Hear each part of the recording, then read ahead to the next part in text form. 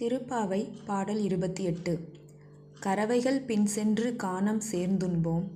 அறிவொன்றும் இல்லாத ஆயர்குலத்து உன்றன்னை. பிறவி பெருந்தனை புண்ணியம் யாமுடையோம். குறைவொன்றும் இல்லாத கோவிந்தா, உன்தன்னோடு உறவேல் நமக்கிங்கு ஒளிக்க ஒழியாது.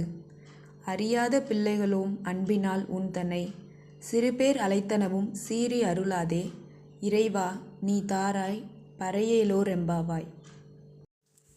பொருள்: குறையே இல்லாத கோவிந்தனே, நாங்கள் பசுக்களின் பின்னால் சென்று அவற்றை மேய்த்து தயிர் சாதம் உண்பவர்கள்.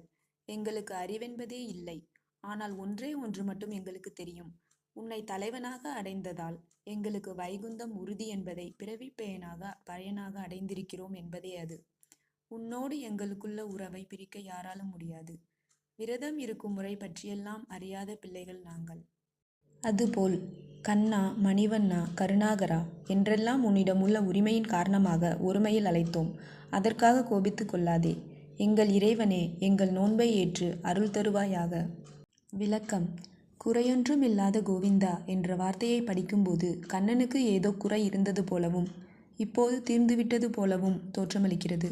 அவனுக்கு என்ன குறை? ராமாவதாரத்தில் ராம பட்டாபிஷேகம் நடந்தபோது இந்திரலோகத்தில் 8 திசை காவலர்கள் பட்டாபிஷேகம் நடத்தியது போல அயோத்தியில் வசிஷ்டர், வாமதேவர், ஜாபாலி, காஷ்யபர், காத்யாயனார், சுயஞ்சர், கௌதமர், விஜயர் என்ற 8 முனிவர்கள் என்று வால்மீகி ஏதோ ஆர்வத்தில் எழுதிவிட்டார். ராமனுக்கு இது ஒரு குறை. இந்திரனை ஜெயித்து இந்திரஜித் என்று பட்டம் பெற்றவனை நாம் நம் தம்பியை வைத்து ஜெயித்தோம். அப்படிப்பட்ட கீழான இந்திரனுடன் நம்மை வால்மீகி ஒப்பிட்டு விட்டாரே. அது மட்டுமல்ல, அவன் கௌதமரின் மனைவி அகலிகையுடன் தப்பாக நடந்தவனாயிற்றே. அவனோடு நம்மை ஒப்பிடலாமா என்ற குறை இருந்ததாம்.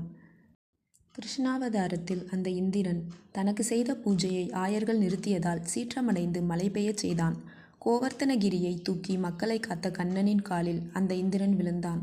ராமாவதாரத்தில் ஏற்பட்ட குறை கிருஷ்ணாவதாரத்தில் நீங்கிவிட்டதால் ஆயர்குல பெண்கள் அவரை இப்படி வர்ணித்தார்கள்.